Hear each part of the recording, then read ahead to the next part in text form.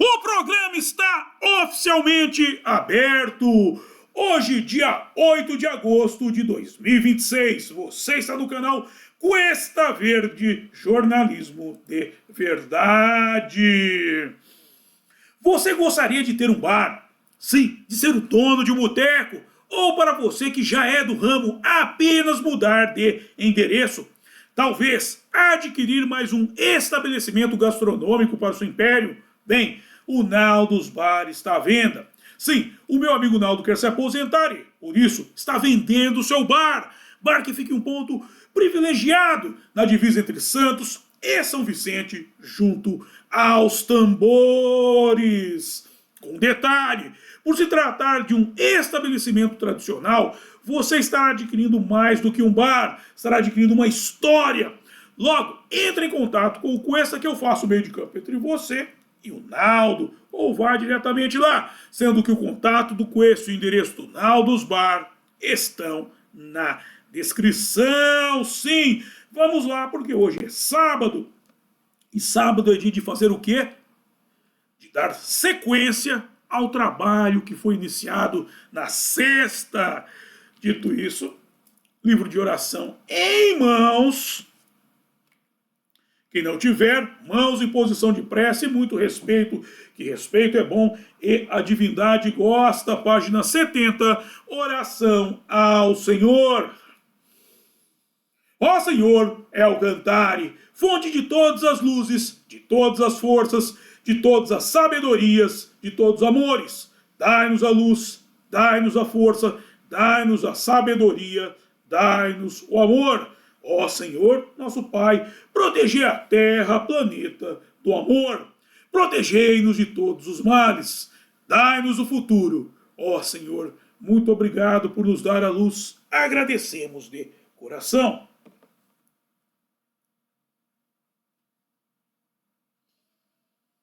E eu peço a nosso Senhor El Cantare que, por favor, não permita que injustiça alguma ocorra durante esse programa. Muito obrigado. Ok, estamos regressando ao estudo deste livro aqui, O Grande Conflito, de Ellen G. White. E hoje vamos dar sequência ao texto do reverendo Martin Luther King Jr., que trata da influência de outras histórias, outras narrativas, na história oficial cristã, história do Cristo. E dentro dessa história ocorre um fenômeno chamado, vou pegar aqui o nome correto, mitologema. Mitologema. O que é a mitologema? Mitologema é quando uma história acaba entrando na outra, acaba fazendo parte da outra. Isso é o resultado de alguns fenômenos. Um pode ser a má fé de quem conta uma história. Ele pode querer fazer um assassinato de reputação ou um engrandecimento da reputação, dando a quem ele defende o crédito por feitos que não são dele.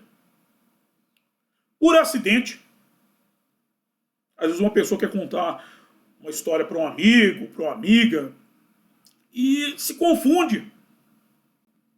Acaba acrescentando algo que não pertence àquela história, e o outro acha legal.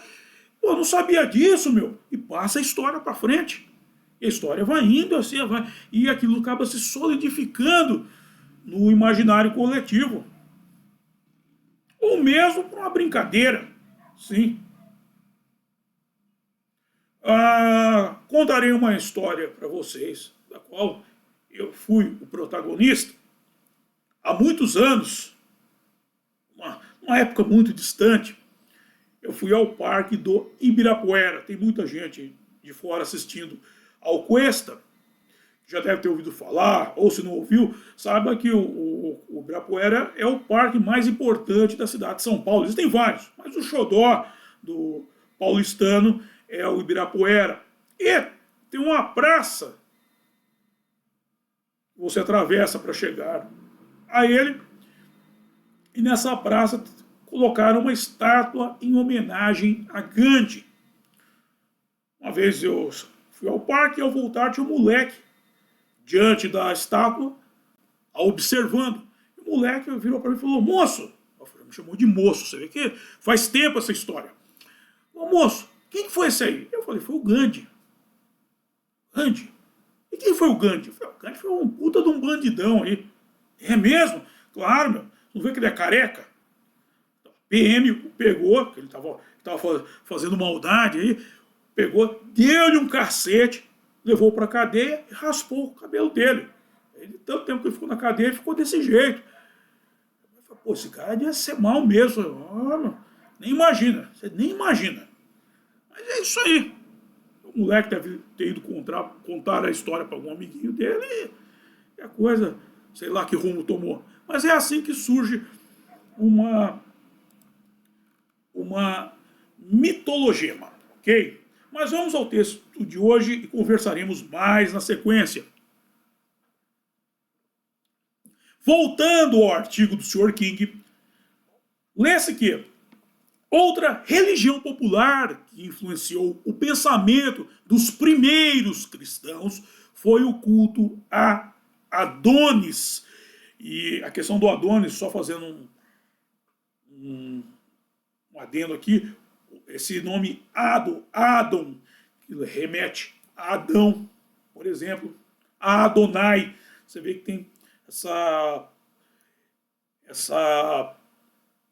similaridade sonora, ou seja, talvez tenha uma raiz em comum, talvez não seja tão mitologema assim. Outra religião popular que influenciou o pensamento dos primeiros cristãos foi o culto a Adonis. Como é comumente conhecida, Antioquia foi uma das primeiras sedes do cristianismo. Foi nessa cidade que se celebrava anualmente a morte e a ressurreição do deus Adonis. E essa fé sempre exerceu uma influência sobre o pensamento judaico pré-cristão. E essa fé sempre exerceu uma influência sobre o pensamento judaico, tanto que o profeta Ezequiel achou necessário repreender as mulheres de Jerusalém por chorarem pelo morto Tamuz, Adonis, no portão do templo. Sim, lá entre os hebreus, os judeus, ele era chamado de Adonis era chamado de Tamuz. Isso está na Bíblia, inclusive, no livro do profeta Ezequiel. Quando chegamos ao pensamento cristão, saímos do pensamento judaico e avançamos. Quando chegamos ao pensamento cristão, a influência parece ainda maior, pois até mesmo o local em Belém, escolhido pelos primeiros cristãos como cenário do nascimento de Jesus, não era outro senão um santuário antigo desse deus pagão, fato que levou muitos a confundir Adonis com Jesus Cristo. Você entende? Que as histórias vão rastejando como uma cobra, como diria aquele lá dos Simpsons, lá, ele vai aquele rastejar sexy de uma serpente, aí vai para cá, vem para lá, uma vai encostando na outra. Em 25 de dezembro de 2016, no site A Leteia, publicado foi o artigo de autoria de Daniel R. Esparza, alcunhado de A Basílica da Natividade, local de culto cristão desde o século I. Lendo-se que tanto São Justino Mártir como Orígenes de Alexandria falam em seus textos que a Basílica da Natividade em Belém, na Palestina, está construída onde tradicionalmente se considera como o local onde teria nascido Jesus. Nota para o melhor entendimento sobre a relevância mística do local, assista a live Fogo Sagrado, aula aberta do curso As Leis da Cabala, cujo link está na descrição. Ademais, conta-se que Adriano, um dos chamados 5 bons imperadores de Roma, construiu no ano de 135, um local de culto a Adonis sobre um lugar já existente de culto cristão. Vários textos que vão desde o século I até o século V falam de uma floresta, a divindade greco-romano, a floresta de Tammuz, que foi plantada ao redor da Gruta da Natividade com a intenção de apagar sua memória. Nota, não há floresta nenhuma lá, se você olhar, for no Google Earth olhar, não há. Mas há essa lenda de que Adriano teria construído essa floresta de Tammuz. Ok? Mas parece que a coisa não deu certo. Conquanto que alguns historiadores dizem que ocorreu o contrário, que o culto a Jesus foi instalado anteriormente no local dedicado a Adonis, ou ao seu deus pastor Tammuz. E aí que você começa a ver a questão da mitologema. Começa uma história influindo na outra. Ninguém sabe quem veio primeiro, o ovo ou a galinha. Não dá para saber. Supõe-se, um grupo supõe que lá foi o local onde Jesus nasceu e Adriano teria tentado apagar essa história. Outro grupo supõe que foi local onde já se prestava um culto a Adonis e os cristãos se apropriaram desse local para torná-lo o local, o ponto zero, o marco zero do cristianismo, se valendo do fato que o local já tinha uma relevância mística, como tem, como vocês verão nessa live O Fogo Sagrado. Mas voltando, todavia, acreditava-se que esse Deus sofreu uma morte cruel, após a qual desceu ao inferno, ressuscitou e então ascendeu ao céu. A cada ano havia um grande festival em comemoração à sua ressurreição e provavelmente eram usadas as palavras "o Senhor ressuscitou". Muita coincidência, não? E o festival terminava com a celebração de sua ascensão à vista de seus adoradores. E Cristo fala, depois que ele regressou, ele ficou ainda 40 dias com seus apóstolos, depois ascendeu aos céus. E quem ascendeu também? Maomé também ascendeu. Então essa coisa, a figura ascendendo ao céu, é comum nas mitologias antigas. Enfim, nem é preciso dizer que essa história da morte e ressurreição de Adonis é bastante semelhante à história cristã da morte e ressurreição de Cristo, sendo que essa coincidência levou muitos críticos a supor que a história do sepultamento e ressurreição de Jesus é simplesmente um mito emprestado dessa religião pagã. Nota, esse fenômeno se chama mitologema. Para mais informações, assista ao programa Quem é Ryu Hokawa? Invocação do Mal em Tokushima. Sim, a mitologema é isso. Uma história acaba influindo na outra e a outra influindo na uma. E chega um ponto que você não consegue mais saber qual é o ponto zero, qual é a história, a origem zero de ambos os relatos. E ocorre, nessa questão da mitologema, fenômenos que a turma começa a criar uns nomes como sincretismo. Aqui no Brasil, há a história de que os escravos africanos, eles, com o fim de adorarem as entidades de seu país de origem, eles passaram a utilizar as estátuas referentes às entidades, aos santos da mitologia cristã como uma referência, uma forma de enganar os seus senhores, os seus donos. Então pegavam uma estátua, por exemplo, tem até naquele filme do, como é que chama, o Pagador de Promessa. O filme é um cara que faz uma promessa a uma entidade do candomblé e essa entidade sofre um sincretismo com Santa Bárbara. E ele faz uma promessa para essa entidade de levar uma cruz a estátua de Santa Bárbara, na Bahia. Quando eu estive lá, eu estive até nesse lugar aí. A igreja de Santa Bárbara, ela nem tem esse nome, está fechada. Mas aí que é o ponto, é o outro ponto. É um sincretismo ou não? Ocorre uma mitologema? Não sei.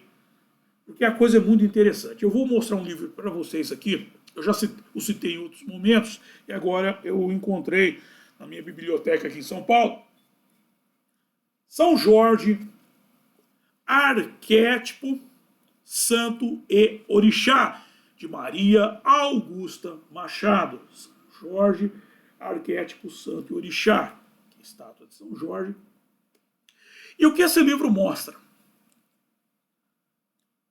São Jorge do Brasil, qual que é o sincretismo dele? Ogum. Ogum, São Jorge. Um simboliza o outro e o outro simboliza um. Um falaria que cultuaria São Jorge com o fim de cultuar Ogum, e o outro cultua Ogum, que ele acha que os outros cultuam São Jorge por causa do Ogum, quando na realidade os dois são a mesma coisa. O que esse livro mostra? A lenda de São Jorge nasce na Europa e chega aqui no Brasil por dois caminhos, duas vias. Uma é a via europeia, que ele vem, mantém-se o nome de São Jorge, e a outra é a via africana, onde, por meio dos dialetos, Jorge se transforma em Ogum. Ogum.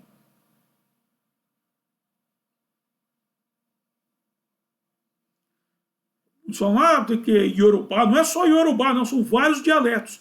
Quando ele passa por dentro da África, vai se mudando tanto, vai sendo feito tantas alterações fonéticas, que não sei como o Jorge vira Ogum. E aqui,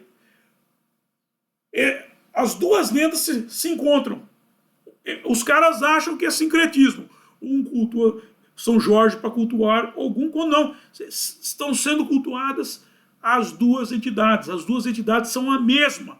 Elas só chegam aqui por vias diferentes e com nomes diferentes. E, claro, no meio das histórias, aí ocorrem mitologemas sem fim, porque a história vai mudando, vai sendo acrescida de fatos e mais fatos, lendas e tudo mais, até que se chega aqui. Então, São Jorge da Capadócia é Ogum e Ogum é São Jorge da Capadócia. É a mesma pessoa. As duas lendas saem do ponto zero, chegam aqui no ponto futuro, o Brasil, e se acabam, por alguma razão, por alguma grande coincidência, se juntando.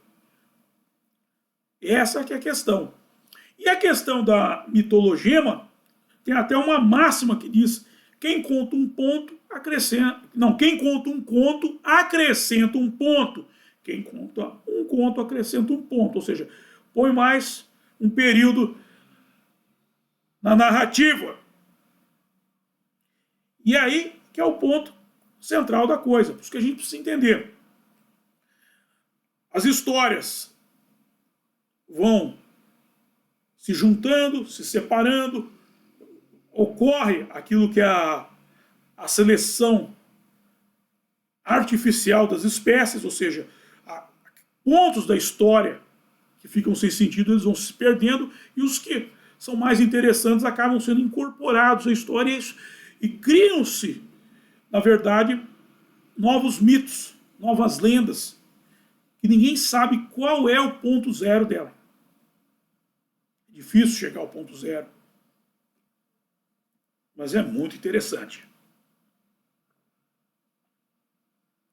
Ok? Então, dito isso, eu encerro o programa de hoje. Vamos para a hora de passar o chapéu, que é a hora que eu mais gosto, e a hora que vocês mais gostam também, gente. Que é a hora que eu ganho uma graninha. Bem, tem um aviso que hoje, depois de um hiato, regressamos ao quadro Boteco do Mamá. Hoje irei ao Empório Laura Aguiar contar a história de um chopp muito gostoso. Bem, na descrição do programa eu estou disponibilizando os métodos de arrecadação de fundo por via direta e via indireta. Indireta, a começar pelo meu livro aqui, A Máquina da Verdade, um livro onde menino veste azul e menina veste rosa, pode dar pra molecada que aqui não tem problema. E aí o outro livro aqui, o Romance, a Saga de Kid Winchester, muita gente está comprando para presentear amanhã o seu pai, amanhã é dia dos pais. O cara quer deixar, que na verdade o presente é mais para a mãe e para a amante do pai. E o cara vai ficar animado, é um livro com um viés meio erótico e tal. E, um aviso, por isso que eu falei do Empório Laura Guiar. Se você quiser dar o livro autografado, passa lá no Empório Laura Guiar, leve o livro lá, que eu autografo para você. O Dia das Mães, como é um livro de cunho erótico, eu recomendo tanto como presente para o pai, como presente para a mãe. Dia das Crianças, claro, vou recomendar esse aqui. Também não sou nenhum maníaco. Mas a questão é a seguinte. No Dia das Mães, um monte de gente aí foi lá.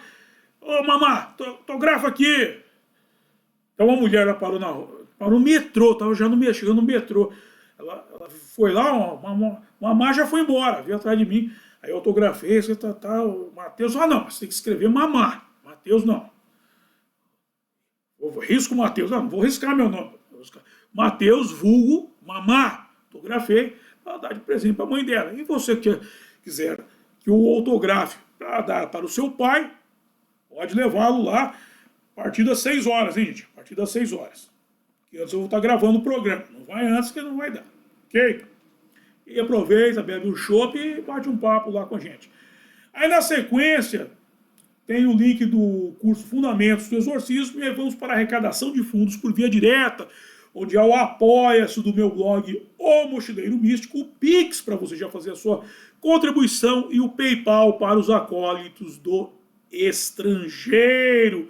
Aí tem o link do meu álbum de rock em parceria com meu amigo Renato Pop, com letras de Mateus, e os links, da Ainda Live, Fogo Sagrado, aula aberta do curso As Leis da Cabala, e do programa Quem é Ryu Hokawa, Invocação do Mal em Tokushima.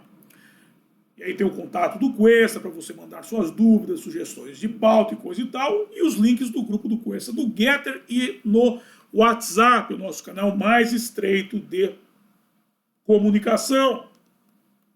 E por fim, Naldos Bar, o ponto de encontro dos acólitos. E atenção, próximo evento. Denilson, todos os carros, próximo evento. Os Segredos do Mundo Espiritual por Ryonosuke Akutagawa, Inferno das Crateras. No sábado, dia 15 de agosto de 2026, às 6 horas da tarde, às 18 horas, no sábado, dia 15 de agosto de 2026, às 18 horas, Os Segredos do Mundo Espiritual por Ryonosuke Akutagawa, Inferno das Crateras, bicho. E não tô falando da bunda daquela mulherada gorda que vai pra praia. Não tem nada a ver com isso. Ok? Dito isso, quero agradecer a todos vocês que me acompanharam e até a próxima. Bye!